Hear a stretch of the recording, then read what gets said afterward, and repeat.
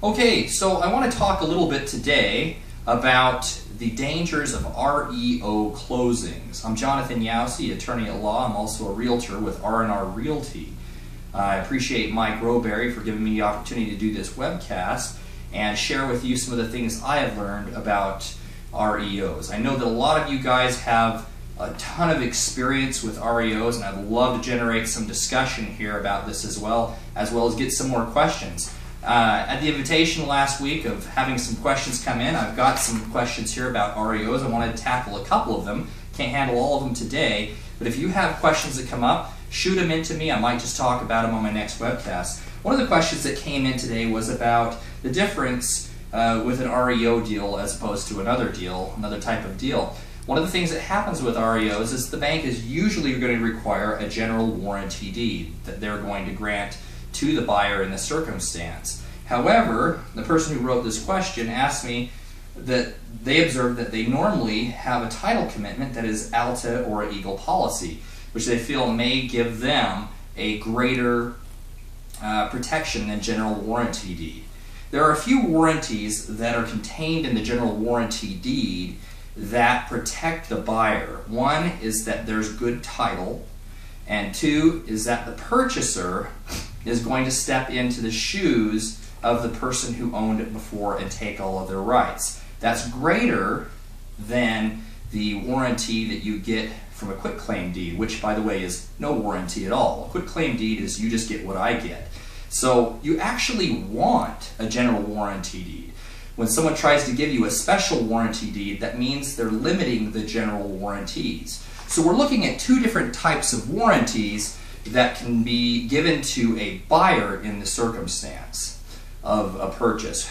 You have the general warranties. You want all of those to be in the deed. Then you have the title insurance policy. The insurance policy is actually a third party, kind of like the fire extinguisher here, that comes into the situation and puts out a fire if it needs to. That's something that a lot of agents get confused on. The policy is a third party. They are not in the sale, they are not a party to the sale, and whatever promises they make it based on their own evaluation of the title and their own willingness to stand behind the title. Normally they're the same. Normally the seller's promises in the warranty deed and the title insurance are very similar. However, in a situation with an REO, you might want to look at getting your client the very best title insurance policy that you can get and look very carefully at the exclusions. If you don't understand them, please talk to an attorney. The other question that was asked by our reader or our viewer was about appliances. A lot of times things like fire extinguishers go missing by the time of closing. The bank seems to have this big long addendum that lets them out of everything conceivable under the sun, including the condition of the property. However, where you manage that is actually not in the law, it's in your contract.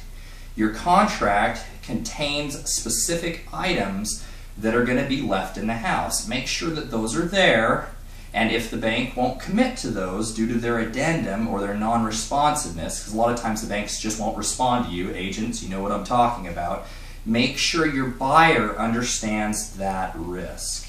They understand the risk that the bank is not making any promises. This is not a matter of understanding laws, guys, it's just a matter of reading your contracts, including that big, ugly addendum they make you sign. So, as much as we don't like doing that, we need to read every single page. And if you don't understand it, give me a call, give another attorney a call your broker, and make sure that you do understand what your client is getting into, because they may be getting a great deal with an REO, but they may also have some pretty important things that go missing from the house.